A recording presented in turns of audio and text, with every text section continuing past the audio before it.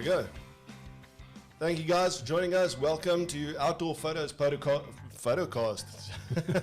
We're still working things out here, but it is an absolute pleasure to have in the studio with us Clint Ralph.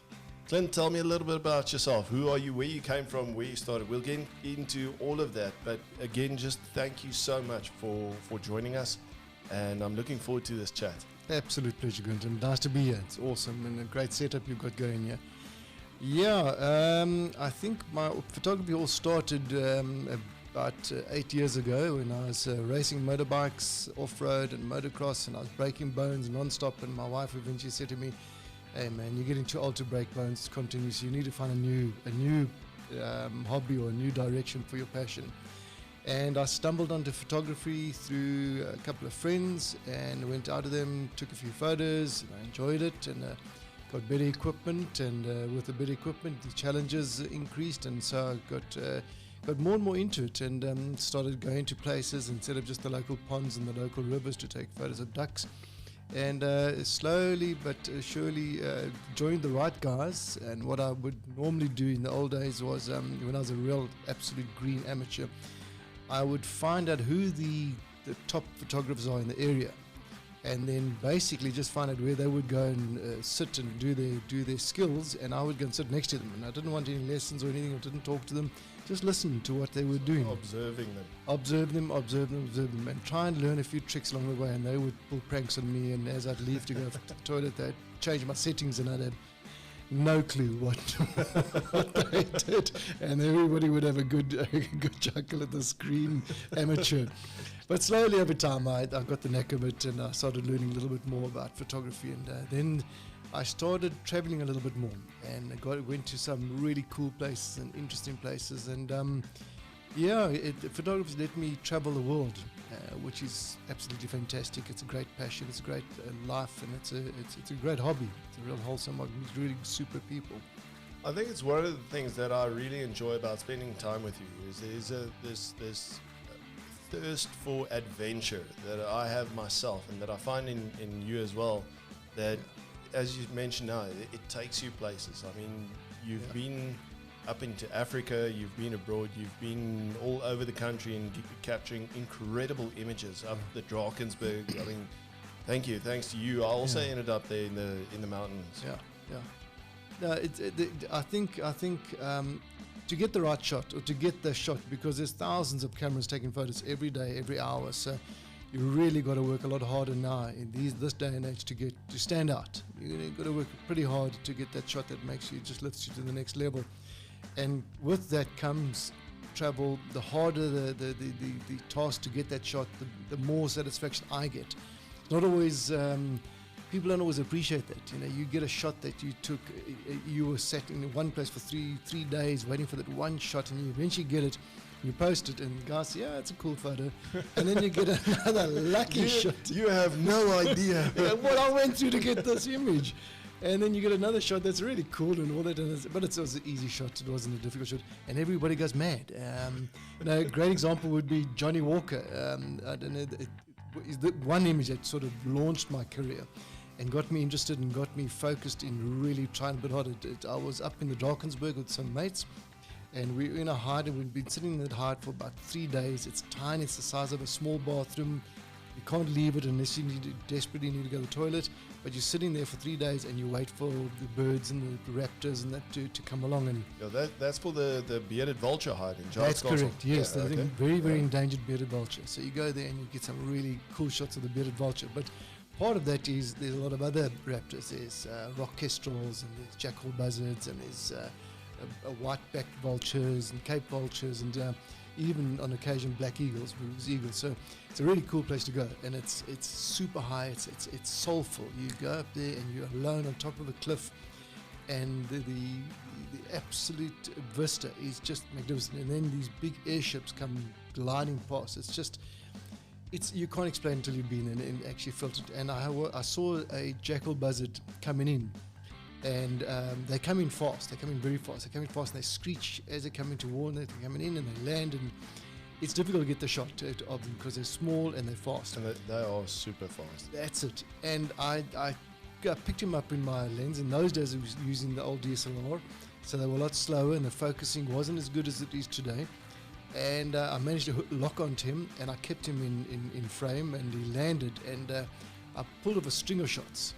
And I thought, those are going to be some good shots, and off we carried on photographing the rest for the rest of the day.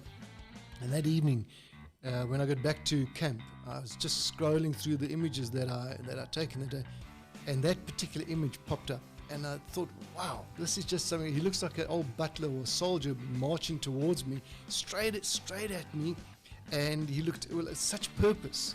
And that image, when I posted that, it went viral. That thing's been edited to the wazoo. 100%. Something like Panda site. Board Panda. Board Panda. I mean, I was in the top 10% or something in Board Panda. I was ranking right at the top. They had Vladimir Putin riding this thing. They had what is it? Braveheart on it.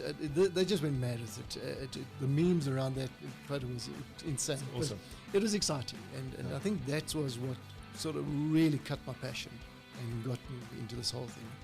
You mentioned earlier about how you kept on going out to some of these places. I know that there was quite a lot of excitement involved in one of your personal top shots, where you persevered to get to a shot of the lioness and the cubs. Tell us a little bit about this shot. So there's a incredible, absolutely incredible lodge in Zululand in South Africa, and one of the sort of features is a overnight hide that you sit at eye level with the water and the water hole.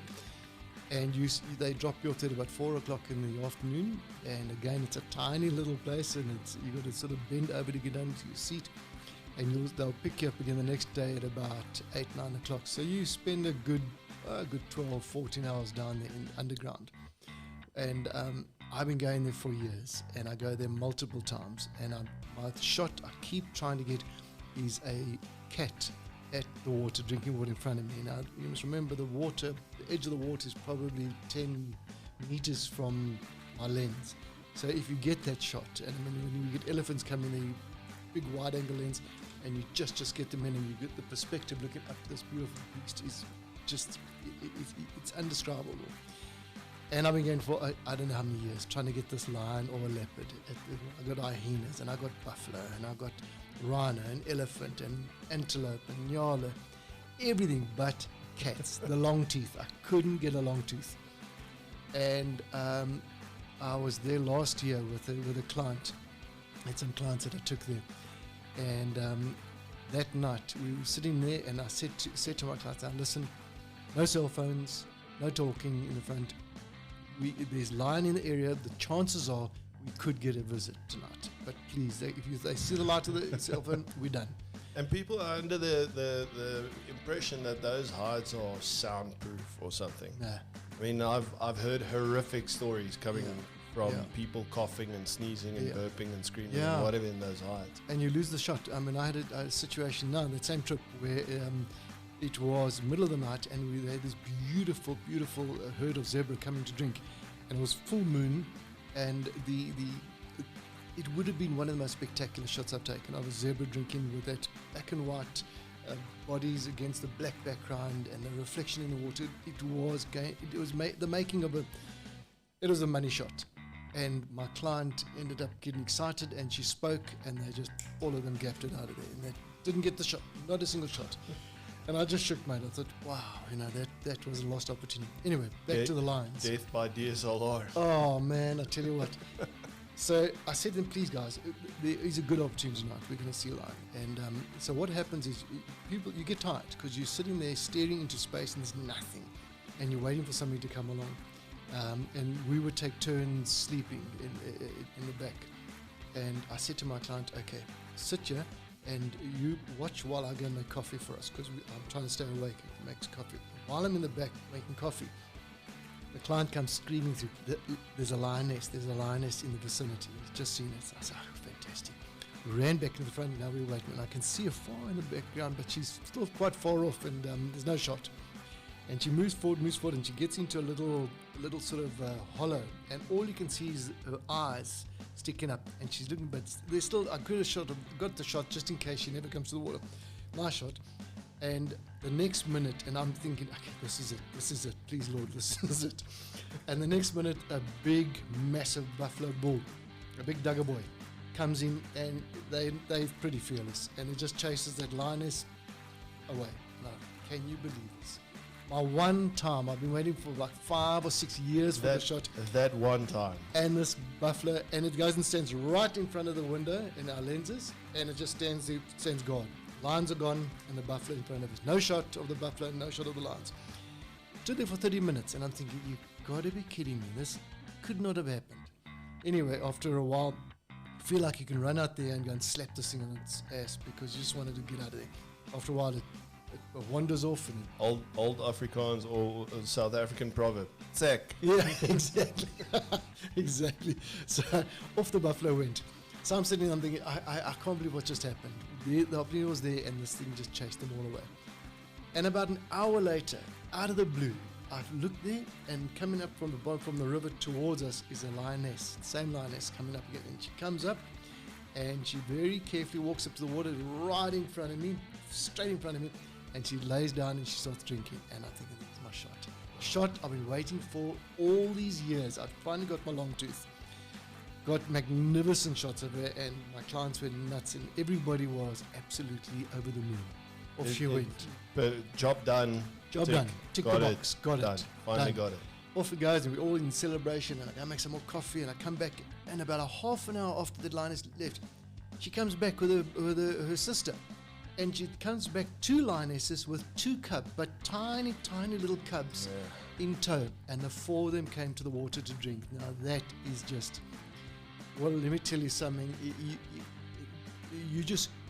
You can't even talk. I mean, I can't even talk now thinking about it. The excitement and the adrenaline and the sense of achievement is just, you can't wait to show your family and your wife and your friends. I finally got this shot. Look at these animals, how beautiful. And you're right in front of them, and they at eye level. It's you can't describe it. But that's exactly the thing about having to go out there and having to persevere. Yeah. It's not that you're lucky. Yeah. You're spending a lot of time there. Yeah. And that's one of the things that I've picked up on you is your time management is remarkable. Yeah. You're spending a lot of time at family. You're spending a lot of time at work, and you're spending a lot of time out there. But when you're out there, you are absolutely focused on getting that shot. Yeah. One of the great memories that I have was us being in Giant's Castle, saying, listen, we driven 5 hours to get here. It's going to take us 15 minutes to get up there to see if we can take photographs of the stars or not. Yeah. And I was still pitching this whole idea, and you had the car keys in your hands. You're ready to go. You're always keen to go out and go and try something and try and persevere to get that shot. You have to. I mean, everything in life. I mean, with family, you've got to give it everything you got because it's that precious. Your family, your wife, my 2 boys, it's that precious to me. And so when I'm there, I give them everything I have, my absolute everything. At my work, I have a waste management company, and we do a lot of recycling, and we look after the environment, in essence. And we built an incredible business, and I give it everything. But when I play and I go on safari, I play hard. It everything. And I give it 12 hours. I sleep and I get home again. If I'm there 6 days, a week, 2 weeks, I'm in the bush all day, every day, the whole day. And if I can get out at night, I'm there through the night as well. So you only get so many chances in life. And yes, I agree with you. You got to spend time, and you got to persevere, and you got to perseverance. And you got to, just got to sit it through. And there's a lot of downtime, a lot of boredom, waiting for that shot. But there's also an element of luck. But if you're not out there, there's no luck. Yeah. So you got to be out there, and then you get the lucky shot. So it's time behind the lens. You got to spend time behind the lens, and that's how you make your own luck. Talking about spending time behind the lens and the equipment, I mean, you've obviously gone from amateur level, and you sent through some of the images, and we're going to post them up on this podcast, where these were some of your first shots. Yeah. I mean, like Johnny Walker Yes. and whatever. My first shots didn't look like that, but regardless, we're moving on to a new era in photography with mirrorless. and you've gone through this transition now where it's taken a while, and we've gone through some of the teething processes. But what has your experience been like in terms of going from DSLR to mirrorless? Well, first of all, I think the timing of the mirrorless from Canon was perfect for me, because when I was younger, it's 8 years ago, I had a fast eye and a fast trigger finger, and I could use the equipment, and I could pick up the birds in flight, and a cheetah racing across the plains at 100 k's an hour. I was able to still manage to pull off the shots. You'd miss a lot of shots. That's a given. You'd miss a lot of shots, but I was able to get a lot of good shots there. And as the equipment progressed and focusing improved, it allowed for me, as I got older and not as fast as I used to be, to keep up. So the timing was great. But however, the advancement in technology it's astronomical. I mean, if I'm thinking how fast it's come in the last 2 years, what is the next 5 years going to be? I mean, it's just it is insane. It is. It's frightening that how quickly it's moving. I mean, now I went and tested when I first got the first mirrorless. It was the R, I think. Am I right? The R, yeah. I don't even know this. It was the R, and it lagged, and I battled a little bit with them, but it was good for landscapes. I thought, okay, well, it's a nice camera for landscapes. So it's got a lot of advantages for when you're doing landscape shooting. But I'll stick to my 1DX Mark III. That was for me a great camera. And then I got through you, I got the R5. R5, yeah. Yeah, the R5. Game changer. Put on that 400 2.8 lens. Went to a bank of bee eaters where they were nesting, and it was just bee eaters back and forth like crazy. And they're busy birds, and they remind me of Spitfires, the aeroplane. They fly in every direction. They're like fighter jets. They're like fighter pilots. They fly. There's no pattern. That's it. There's no pattern with those birds. It's pretty chaos. It's complete chaos. So to follow one is so difficult because they up, down, back, forth, towards, and they're fast. And I thought, well, let me go test this R5 and this lens out now. And I sat there for a morning, probably 2 hours. All I had to do was get the bird in frame. That's it. The rest of the work was done by the camera. The focus that hits that focus and grabs it so tightly and so quickly that put the bird in frame and you got the shot. And 99 out of the 100 shots I would take, 99 would be razor sharp, as in razor sharp. Fast bird, low light, morning light, just as the sun comes over. I'm shooting at 2.8, 3.5, that sort of thing. Low light, slowish shutter speed, and it just bang, bang, bang. It just nailed it. On point. Incredible. Absolutely incredible. I think the big thing is, and I have to give a lot of credit to you here as well, although you've got this equipment and it is making life a lot easier, you still need to know your subject. You need to get out there and take the shots. You need to understand what you're doing with the equipment. Yeah, that's true. I mean, you're only as good as... well, you got to understand your elements, and you got to understand your subject, whatever it might be between the Drakensberg with those inversions, a cheetah running across the plains. You know when he's going to launch a bird, when it's going to take off, and that sort of thing, and what they do. So you got to understand your subject, and you got to understand your equipment relatively well, because in wildlife photography, things happen fast. There's no time to reset and readjust and change the aperture and change the shutter. You got to make it happen quick, and it happens in a split second. Yes, it's done. Sorry, I missed that shot. What happened? You know, you better know. I was looking at my camera. What did I miss? What did I miss? Exactly. So, and on that point, that's an interesting point. So this particular image was a top 100 finalist in the BBC Wildlife Photographer of the Year. It is a fantastic photo. It's of a leopard, and so we were sitting on our truck, on our safari vehicle, myself and all the clients, and the leopard came from the front, and I was in the back seat, and she came from the front walking, and we got some amazing shots, really, really nice shots over. We were doing some dropping it down on a monopod, so we get some eye level shots, a nice perspective. And as she walked past the vehicle, everybody stopped. And they all got excited, and they got these amazing shots in the spotlight, and there were some tremendous shots to be had. Everyone is excited. But nobody, and my point here is that don't stop watching your subject, because you never know what's going to do next. And I was the only one in the vehicle that followed it and kept watching it. And when she went behind me, there was another vehicle that lit her up from the side, and the dust coming from her pores and the spotlight and the blackness around. I got the most amazing shot, and no one even saw the shot, let alone took it. This is an incredible shot. I know it is absolutely beautiful. So, you know, don't look at the back of your screen. Do that when you get home. Take the shot, watch the animals, and work it. Work the situation as much as you can. Yeah, you can always look at the images when you get home or back to the room or wherever.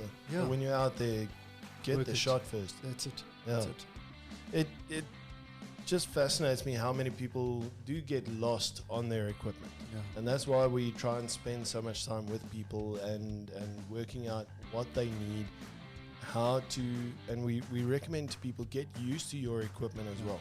You're quite involved with Tusk Photo Safaris as well, Yes. if I'm not mistaken. Best outfit in the country. And that's something that Brendan Kramer mentioned in a workshop. And I always advise people, when you get out there, try and get into workshops as often as possible if you're getting into photography. And you might sit in a guy's workshop for an hour and the guy hasn't taught you anything. You've heard and learned nothing out of that whole experience. And then right at the end, he drops one thing and it changes everything for you. I couldn't agree more. Now, Brendan mentioned in a workshop, you need to know your equipment. When you are sitting in the dark, you should be able to operate your camera. Yeah. And I think that makes a difference as well. I mean, you are very accustomed to your equipment. We've spent a lot of time discussing this stuff and working out what's going to work best for you and the layout of the camera. But you still need to know your equipment. You have to. Just coming back to Brendan and Tusk. First of all, I mean, Tusk Photo Safaris are absolutely phenomenal. What makes them special for me, because I am quite energetic, and you mentioned this earlier, I have a lot of energy. I need to be out there all the time. So when I go to Tusk, we work hard. We work as hard as we possibly can. And they're not the kind of outfit that says, okay, we've had an hour's drive, let's go back home and have breakfast. No, let's go out. We're here to take photos and we're going to spend the day out there taking. So much so that they would bring our food to us, which is, you know. But that's what you want. 100%. That's why those safaris I'm cost not there for what they breakfast. No, I'm there to take photos. So Exactly. bring me my lunch while I'm in the bush, while I'm working. And on your point with Brendan, and doesn't matter how good you are. You know, don't get arrogant and think you can't learn. Go and attend this course, no matter how accomplished of a photographer you are. Go and attend, because you may pick up one thing that you've forgotten. Or you may pick up something that you never knew of. You know, so technology is changing all the time. These guys are working those cameras all the time. Attend those courses. They're useful. They really are. Yeah. And again, this is starting to sound like an ad for Tusk Photo, but something that I also picked up is those guys take you out and they position you to get the shot. They're 100%. There to assist you. They're not there to get the shots for themselves. No, not at all. I mean, Brendan returned from one of the safaris and I was quite excited to see his images. And he said, no, he shot maybe 10 shots or whatever, but he had a busy group, so he was busy. He was they quite got involved. the shots. They got the shots. I mean, that's where it all started. I saw some of the shots from those clients. Yeah. I was like, I can't wait for Brendan's shots. Yeah. And Brendan didn't shoot it. They are a great outfit. So one of the things that you also touched on is obviously going out there and being energetic and going maximum and everything. And I want to touch on that specifically because you've been exercising quite a lot, and the benefits of being fitter. Even though you're on the back of a safari vehicle, I mean, you're handling big equipment, you're out there, you're getting up early hours, you're very... How has getting involved in sport improved your photography? Well, up until recently, when I've been really pushing it on the training side, it prevents you getting that fatigue. So you may be out there and on the back of a safari vehicle chasing over the savannah, you get bumped around a lot. I mean, your body takes a hammering. It really takes a beating. And the fatigue does set in, and you get tired, and you're not as driven and as focused as you could be if you were stronger. And I mean, our trip to the Drakensberg, when we had a hike, we hiked up 3,500 meters. It was far, and it was rugged, and it was raining. Yeah, and it's raining. Very and it's little wind. oxygen. No oxygen. One Donovan. That's it. Exactly. We love you, Donovan. The view. he's famous. But yeah, it just gives you that much more energy, and so that you can go a little bit further than the next guy. So I never want to be in a position where I'm too tired to get up and go and take the shot, or I'm too tired to concentrate to get the shot as that cheetah launches, or that something gets brought down. Low-key FOMO. But yeah? Yeah. So I need to make sure that I'm optimum and I'm out there and I'm as driven as the next guy. I don't want somebody to have more energy than me, or more focus than me, or more passion than me. It makes sense. If you want to get the shots, then you have to get out there and you have to Absolutely. go and get the shots. It doesn't help you go on these safaris. Yeah. And the only thing that you can think of is getting back to having a nap, or getting back into bed. And there's guys that do that. They go out in the morning, and then they don't in the afternoon drive because they're too tired, or they go in the afternoon because they want to sleep in the mornings. Wow, guys, you're only there for a couple of days. Make the best of it. Yeah, that's not what you're there for. No. Clint, tell me a little bit about where people can have a look at more of some of your work. You're selling your work as wall art as well. Yes. Where can we link up to your sites? And So I have a few sites. The one is two on Facebook. The one is just Clint Ralph on Facebook, and the other one is Clint Ralph Photography. There's those two sites on Facebook.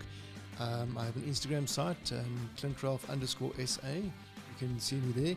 And then we've got a new project we've just launched with an American company. It's, yes, I'd like to talk about that. Yeah, so it's called Endangered Mints. And what it is, we started it off, I took a client on safari for about 2 weeks, and at the time of his life, he went back to the States, phoned me back, said, listen, we've got a company there we've launched to sell images, and we'd like you to be the photographer on it, and we'll give you shareholding in the company. So I put shares in that company. And we're going to give 50% of all revenue we achieve on these NFT platform. 50% will go to nature conservation. And they asked me to nominate a good cause. Who's a good outfit that's looking after? And I spoke to Vim from Tusk, who's very a fan of all these different conservation. There's a lot of guys out there that do it for the wrong reasons. And we nominated a organization called Saving the Survivors. And they focus mainly on saving rhinos that have been poached, that have had a horn chopped off for, and they do an incredible job. But they also do elephants and lions, and they focus on looking after wild animals and conservation. And we nominated them, and there's another Katie Holmes in the States. There's a crew there that they support. So all of the funds that we sold, and it's a platform for top photographers. So we now have started off with just 2 of us. Now there are a number of top photographers. We've got 10 of them. Vim van der Heever from Tusk, Brendan from Tusk. There's a whole lot of other guys from Tusk and from all over the world. So we have 10 top photographers worldwide that are world renowned on this platform, and they all put images forward that people can buy through the NFTs. Endangeredmints.io, and there's different levels. So in a nutshell, people buy them, they own them, so I give them ownership of my image. They have complete and total ownership, do whatever they want with it, and the bulk of the income from it goes to conservation, which we're very excited about. We've already done our first payment across, and the conservation guys were over the moon. And so it's now taking my photography to a level where I'm putting back into the environment. I'm paying for people to look after the wildlife that my kids one day I want them to experience. Be able to enjoy. Not in a book, not in a movie, not in a documentary. I want them to be able to see a lion or a rhino or an elephant in the wild in its natural habitat, and that's important to all of us. That's why we are now driving this, to try and support these incredible organizations that put their life on the line to save these rhinos and to save the wildlife. Just give us that website again. It's endangeredmints.io or endangeredmints.com. Okay, we'll post all of that on the subject line in the descriptions for the guys who are interested to go and have a look.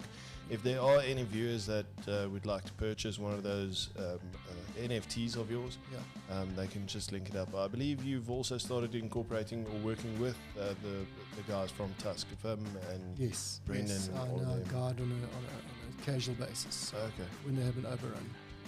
What is next on the menu for you? All right, I've got a very exciting trip coming up. With Vim and I are going to Amboseli in Kenya, and there's an elephant there that's probably one of the biggest tuskers, the last of the mega tuskers in the world. It's roaming free. His name is Craig.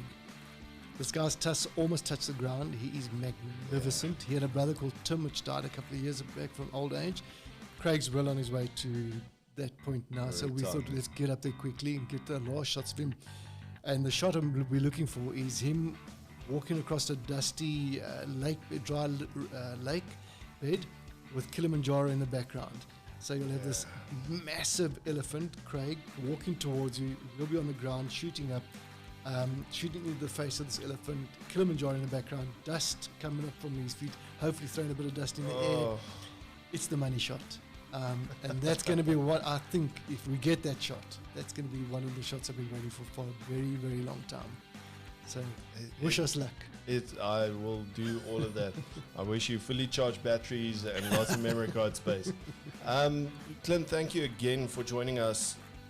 It's such a pleasure and an honor to know you and be friends with you and be able to share some of these adventures with you. We're looking forward to it, and we're looking forward to the images from Amboseli. Guys, I'd like to thank you very much for joining us on the show and listening to it, looking at it. Thank you very much. See us next time.